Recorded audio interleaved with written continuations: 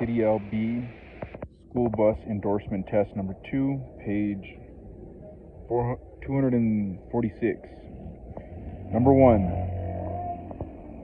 Which of the following is an effective way of managing students? A. Observe the school rules and regulations on discipline. B. Keep driving until you arrive at your destination. C. Do not turn off your engine. Or D. Show that you are angry.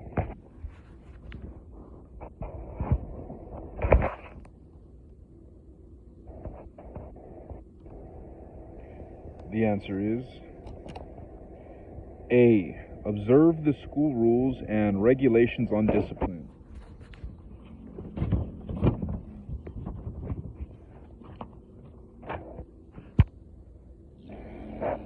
When managing students, observe the school rules and regulations on discipline before, during, and after transit.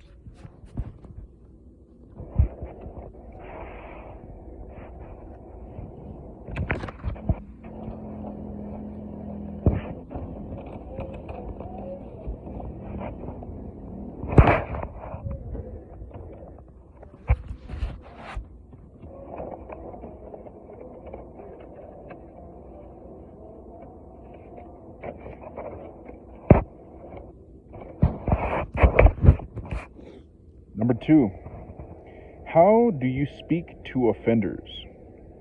A. Firmly but politely. B. Very seriously.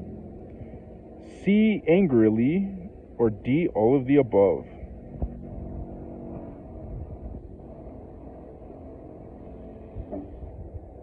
The answer is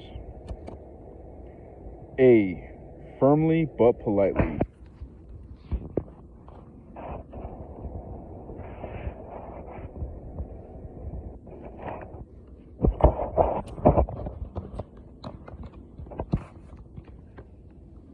When there is a dispute, speak firmly but politely to the offenders. Do not express anger in your tone or facial expression, but be serious so that those involved will not make the situation worse. Do this after you have stopped the bus in a safe parking area.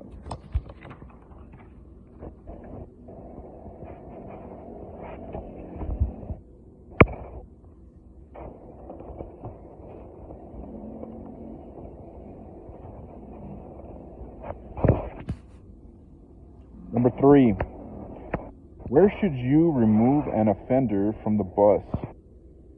A. At the official bus stop. B. At the point of conflict. C. Wherever you decide. Or D. None of the above.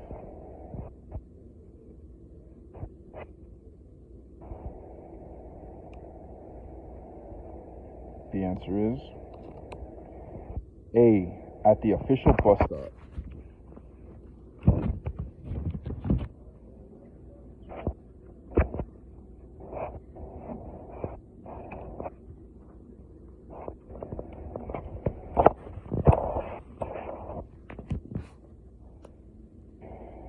On no occasion should you remove a student from the bus, except when you have arrived at the official bus stop. You may call the school administration or the police and inform them so that they can come and pick up the student if the offense is very serious. Just remember to comply with protocols on discipline.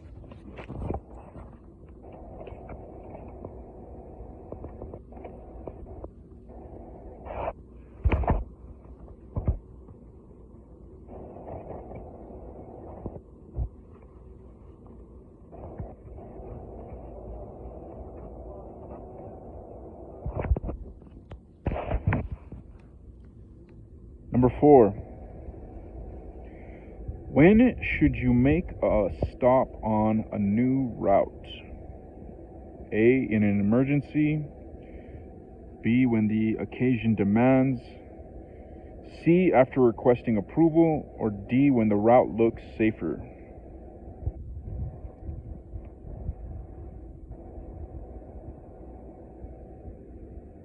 The answer is C, after requesting approval.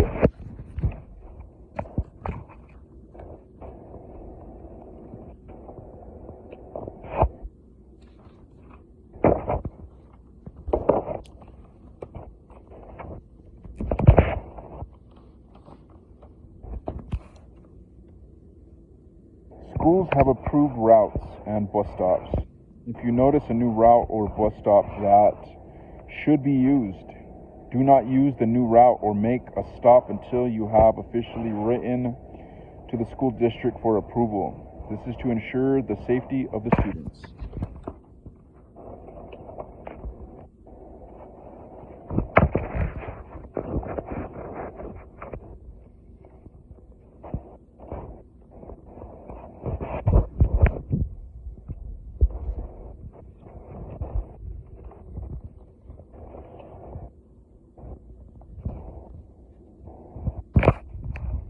Number 6. How far ahead of the school bus stop should you switch on the warning lights? A, 50 to 70 feet. B, 100 to 500 feet. C, 20 to 50 feet. Or D, 10 to 20 feet.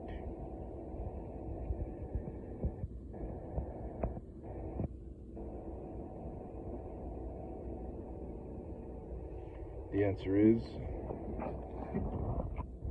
B, 100 to 500 feet.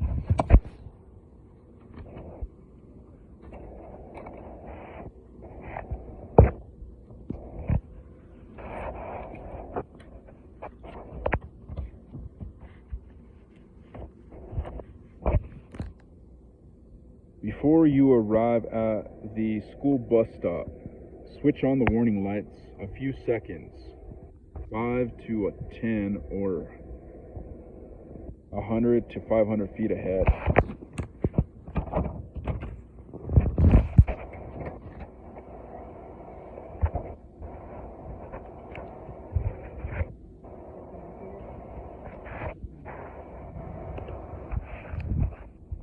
Number 7. Which indicator should you switch on when you are about to pull over? A, left. B, front. C, right. Or D, none of the above.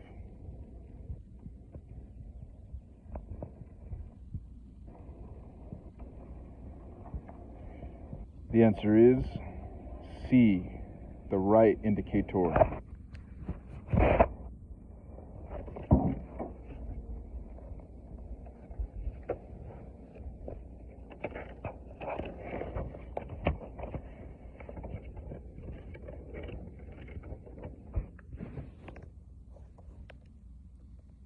Do not just pull over without switching on your indicator.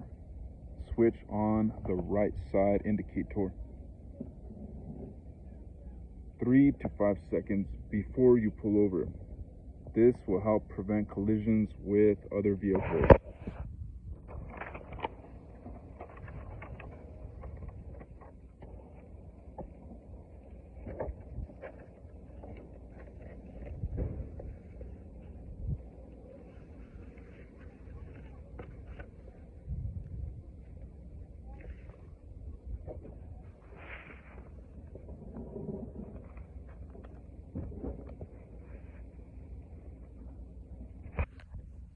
Number 8.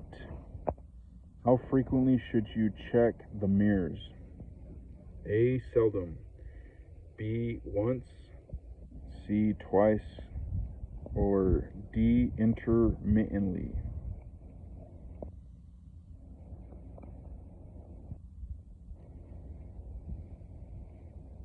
The answer is D, intermittently.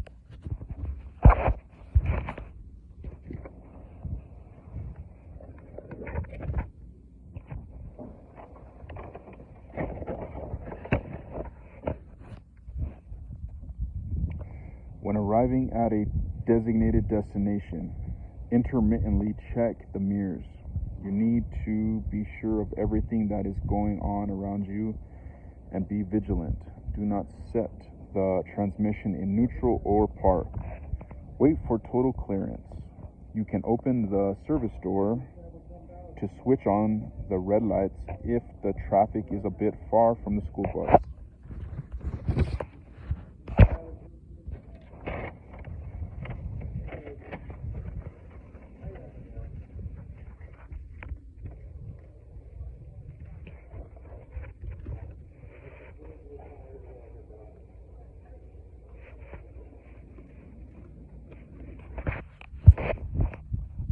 Number 9. When should you open the door? A. Once you get to the bus stop. B. After waiting for total clearance. C. When you need fresh air. Or D. All of the above.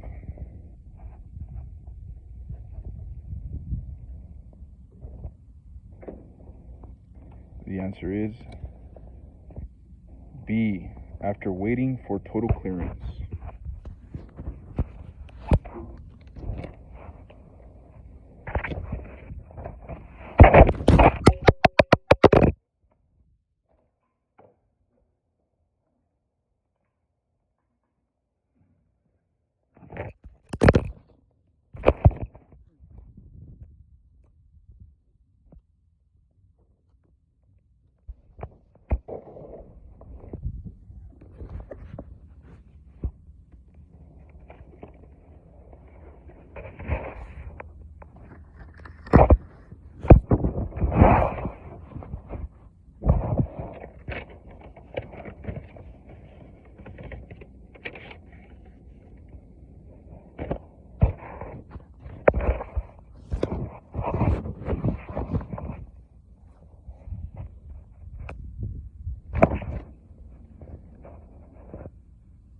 Wait for the traffic to be totally clear before you open the door and ask the students to start coming in. You do this to prevent collisions with any other driver who may be passing by. Stay very close to the side of the driving lane to prevent accidents.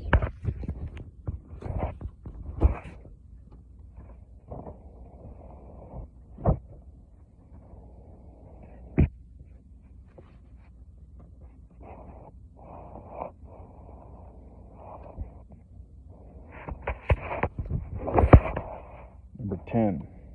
Where should students wait for a driver when going to school? A. At home.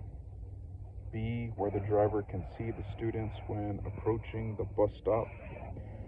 C. At the school. Or D. All of the above.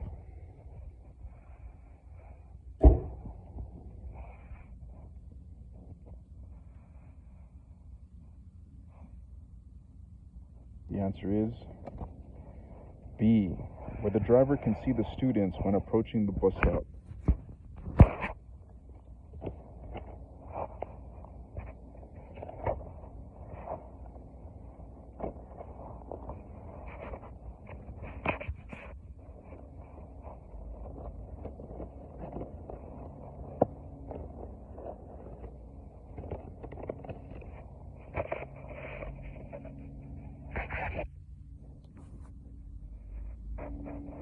Students are instructed to wait for the arrival of the school bus at a specific bus stop. This location should be where the driver can see the students when approaching the bus stop.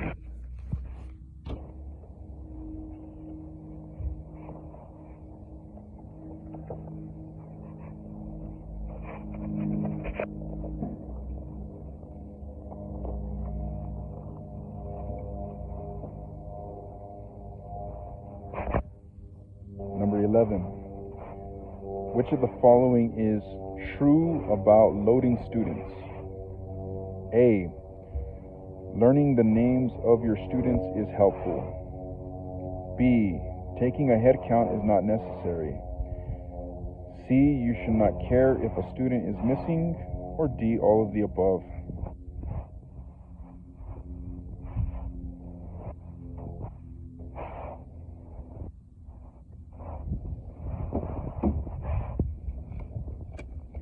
The answer is A. Learning the names of your students is helpful.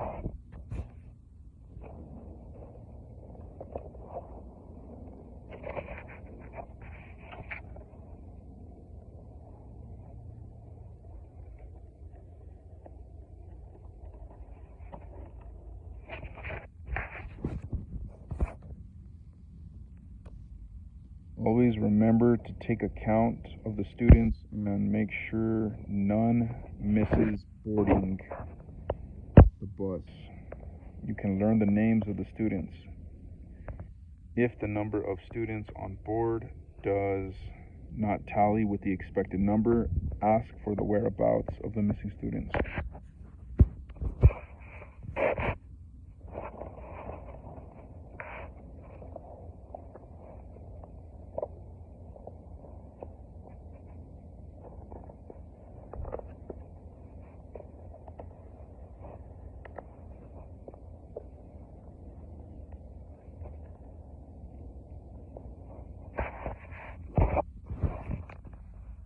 Number 12. When loading the students, ask them to blank. A. Use the handrails. B. Quickly go inside. C. Form two lines. Or D. All of the above.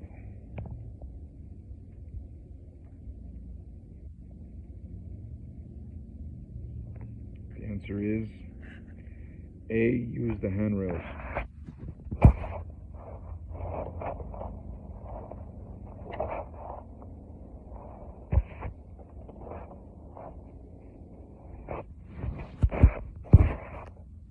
When the students are entering the bus, ask them to not rush in. Instead, they should be in a single file line and use the handrails.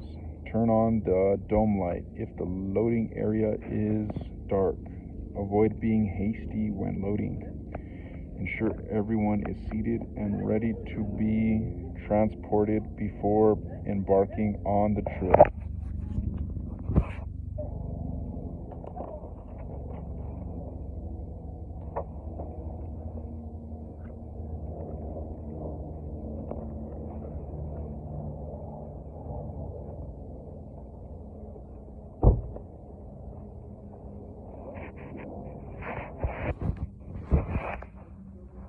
Number 13.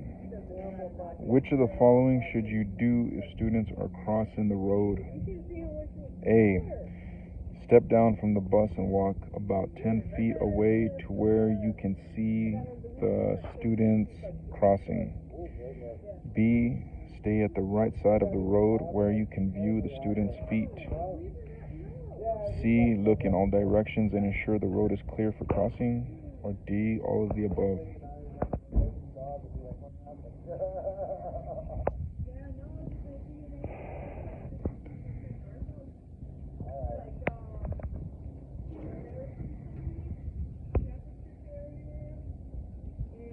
The answer is D. All of the above.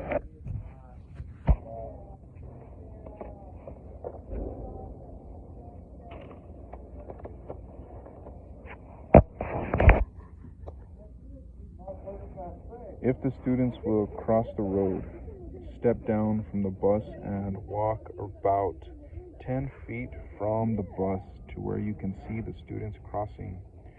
Stay at the right side of the road where you can view the feet of the students. Look in all directions and ensure the road is clear for crossing.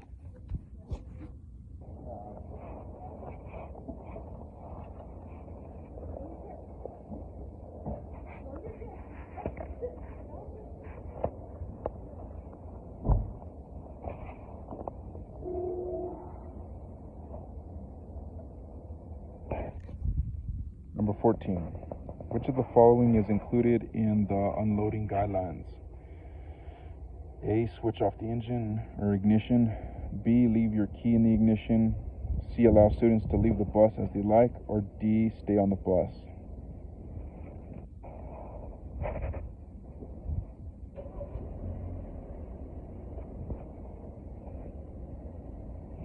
The answer is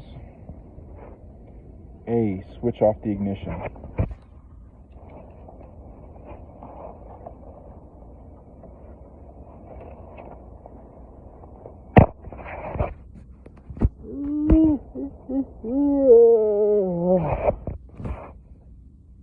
When unloading students at school, switch off the ignition. Take your key with you when leaving your seat. Ask the students to keep sitting down until they are told otherwise. Go where you can oversee the unloading. Ask the students to step down in an organized pattern, row by row.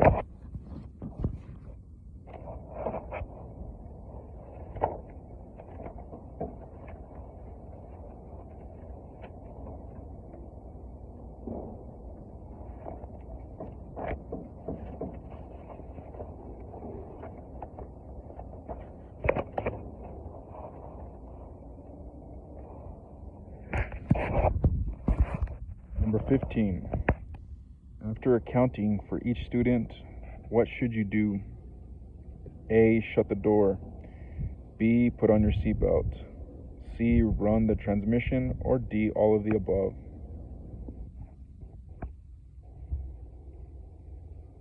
The answer is D. All of the above.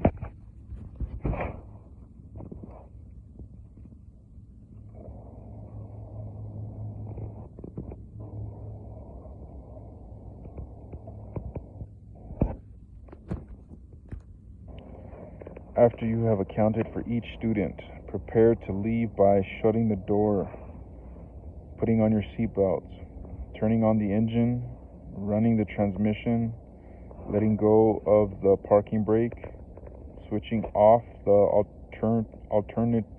alternating flashers, switching on the left turn signal, and looking at the mirrors again, then drive away.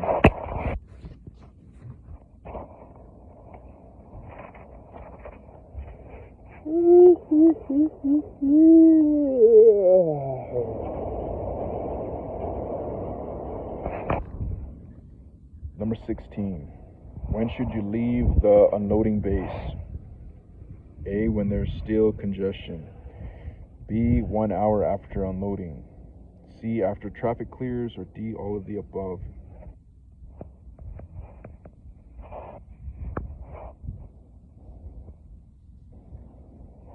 The answer is C. After traffic clears.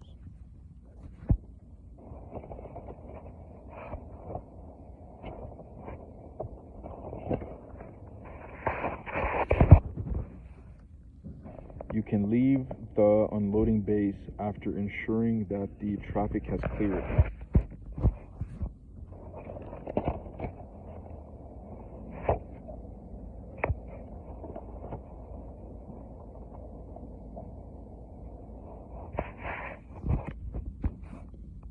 Number 17.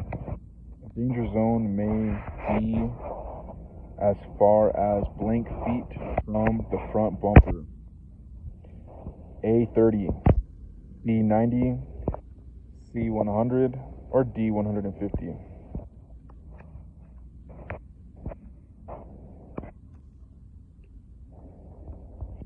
The answer is A. 30.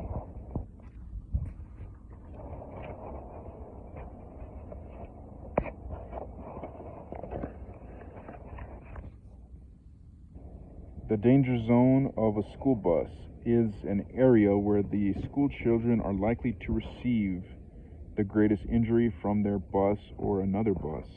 The danger zones of your bus may be 30 feet away from the front bumper, although the first 10 feet are often more dangerous.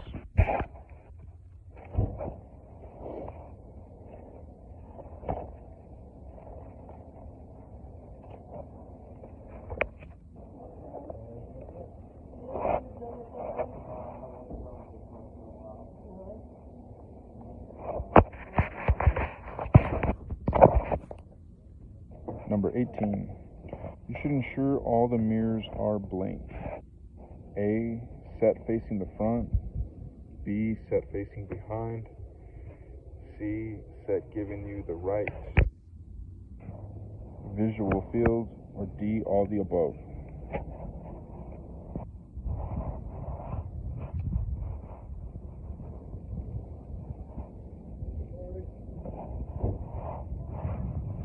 The answer is C. Set giving you the right visual field.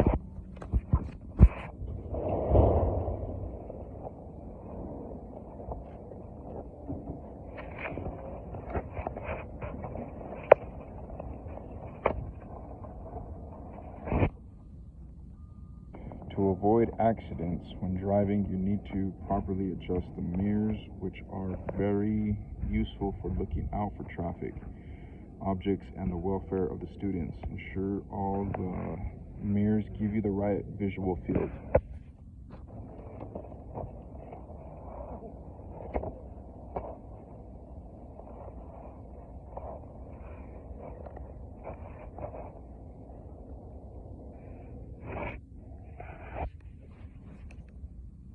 Number 19. A blind spot is blank. A, where only your mirror can see. B, the side of the road that the mirrors cannot capture. C, 20 feet from the mirror. Or D, none of the above.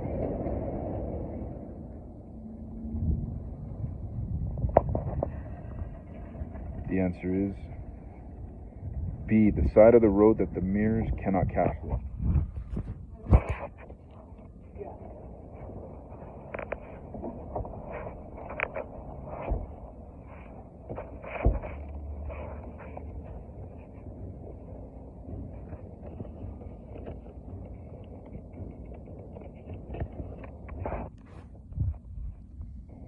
When you properly adjust the outside flat mirrors, it will help you have a view of approximately 200 feet or the length of 4 buses behind your bus, the sides of the bus, and the back tires where they make contact with the ground.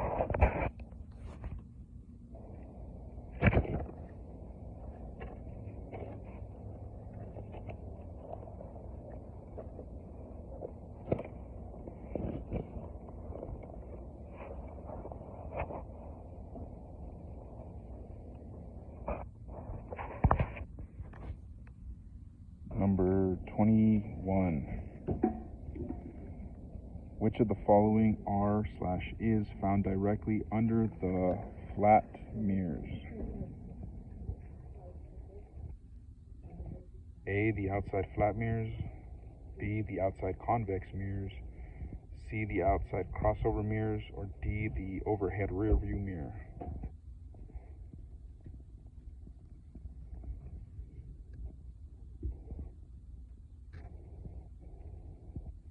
The answer is B, the outside convex mirrors.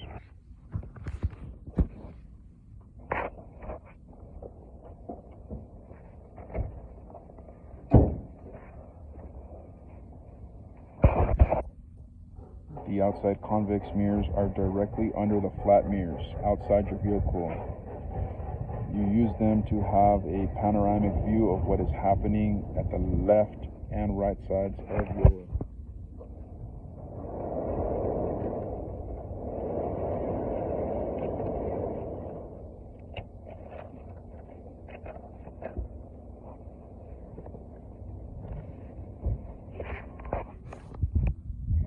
environment outside.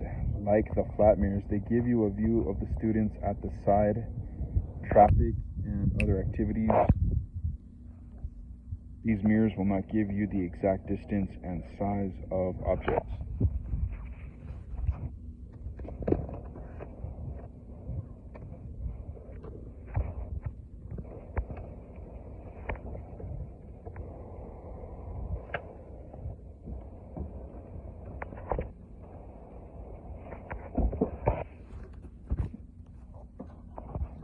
Number 22. Properly adjusting the outside convex mirrors will help you have a view of blank. A, every side of the bus. B, the front part of the back tires where they have contact with the ground. C, the traffic lane outside. Or D, all of the above.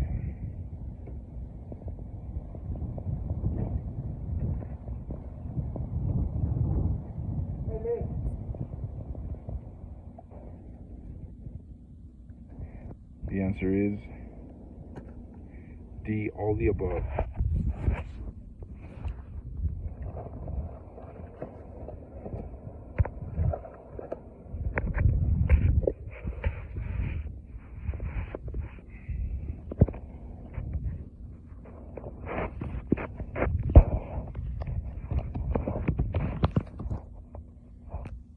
Properly adjusting the outside convex mirrors will help you have a view of every side of the bus.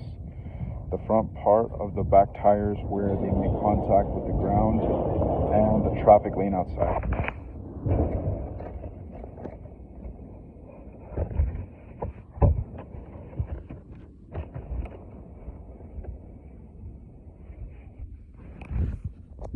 Number 23. Which of the following gives you a proper view of the front wheel and the service door areas? A, the outside flat mirrors. B, the overhead rear view mirror. C, the outside convex mirrors. Or D, the outside crossover mirrors.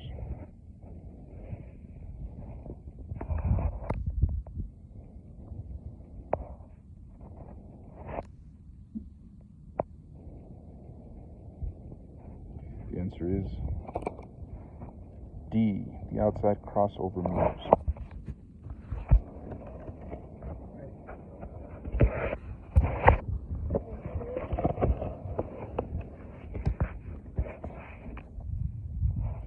The outside crossover mirrors are on the left and right front sides of your vehicle.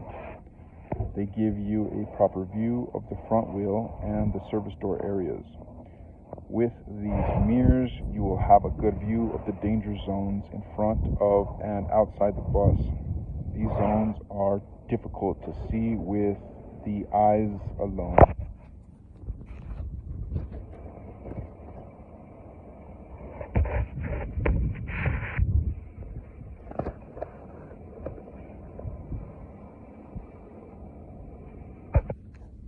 Number 24. Which of the following helps you check what is going on inside the bus? A, the outside convex mirrors. B, the outside crossover mirrors. C, the outside flat mirrors. Or D, the overhead rear view mirror.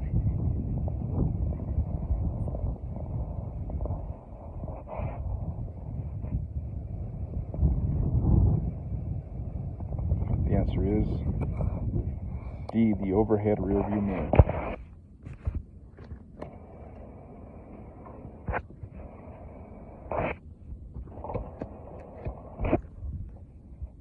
The overhead rear view mirror is suspended above the windshield in the driver's area. Instead of turning your head around and taking your concentration totally off the road, you should use the overhead rear view mirror to monitor activities inside the bus.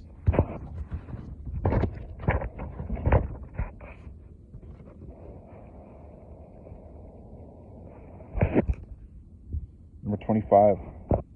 A passive crossing means blank.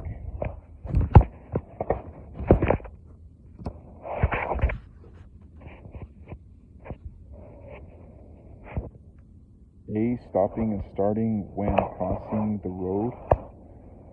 B, applying normal traffic procedures. C, not concentrating at crossings. Or D, none of the above.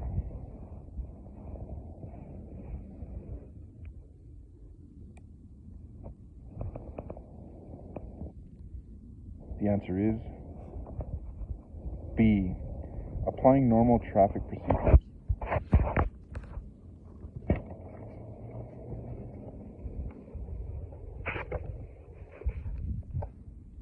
Passive crossings do not have a traffic control machine. You have to stop and apply normal traffic procedures. Identify if there are imminent trains coming before you cross. Passive crossings come with round yellow warning signs and markings for easy recognition. Be vigilant when you are at passive crossings.